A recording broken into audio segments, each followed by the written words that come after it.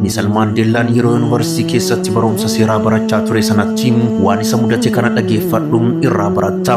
Yeroo sanatti barsiisaa adiin Piiter jedhamu isa barsiisa ture. Guyyaa tokko Profeesar Piiter nyaata osoo nyaataa jiru Mandelaan nyaata isaa qabatee bira taa'e. Profeesarichis Mandelaadhaan booyyee fi guugeen nyaataaf ol bira hin taane jedheeni jechaan isa tuqe. Mandelaanis deebisee cinqamin ka'een balalee deema jedhee isa booyyee godhee of guungee godhee teessoo biraa bira deemee irra taa'e. Kanaan kanaare Piiter guyyaa biraa eeggateeni haaloo itti bahuu barbaadeen.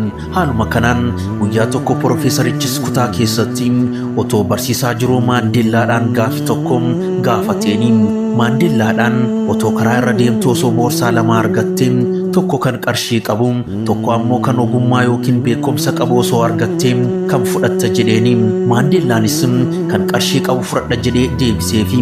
Profeesarichis kutaa keessatti miira moo'ichaatiin gawwicha osoo ana ta'e ogummaa yookiin kan beekumsaa san filadha ture jedhee deebiseefi. Mandelaanis seeqatee sirrii jette barsiisaa namni hunduu waan hin qabne fudhata jedheeni. Kana hundaan kan aare Profeesaricha adiin waraqaa qormaataa Mandelaa irratti doofaa jedhee barreessee kenneefi. Barattoonni hundi qabxii isaanii yoo ilaalan Mandelaadhaaf garuu jecha doofaa kan jedhu qofatu barreeffamee jira. Mandelaanis harka isaa baasuun waraqaa isaa ol qabee barattoota hunda keessatti Profeesarichaan dhiifama barsiisaan mallattoo kee qofa naaf keesse qabxii koo dagatteerta jedhee ammas salphina badaa isa salphise.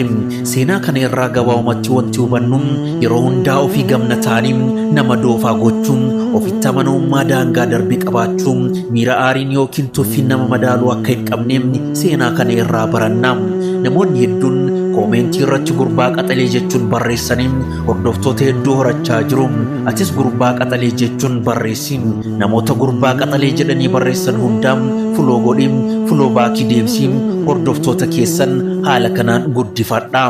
Kun mana gurbaa qaxaleeti.